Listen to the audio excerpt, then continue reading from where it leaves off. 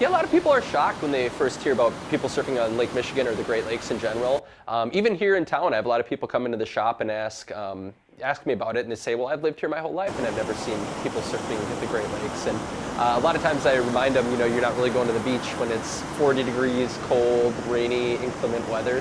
Yeah, well, usually fall is the best time of the year for surfing. We do get waves all year round in the winter, spring, summer, and fall, but the fall in specific works really well because we have the cold air over the warm water.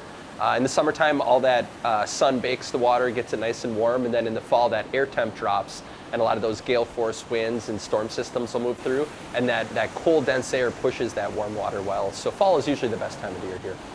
Climate change, I see climate change as actually drawing people to the Great Lakes here more than anything. We look at Lake Mead and Lake Powell and the west just getting drier, and eventually people are going to be flocking to that resource, so one more reason to keep it safe and keep it clean. Surfers are pretty much amateur meteorologists here on the Great Lakes. Our windows for opportunity are so short for surfing that you really have to know, the right wind condition, the right time, and find that nice window of opportunity for surfing here. Yeah, here on the Great Lakes, we're sitting on 20% of the world's fresh water, so it's really the greatest resource on Earth. So, there's a lot of industry and manufacturing around the different cities of the Great Lakes, so it's just important for us to keep it clean and respect it and keep it there for generations to come. I think a lot of people are aware of the Line 5 oil pipeline that runs through the Mackinac Straits as well. And that pipeline was developed to last about 50 years, and it's well past that at this point.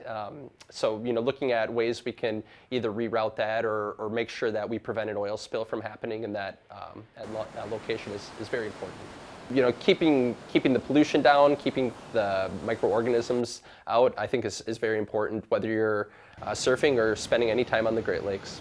I love starting the day off with surfing because it's just such a positive experience that just leads to having a great day. But it's hard to describe the feeling as a surfer until you really do it.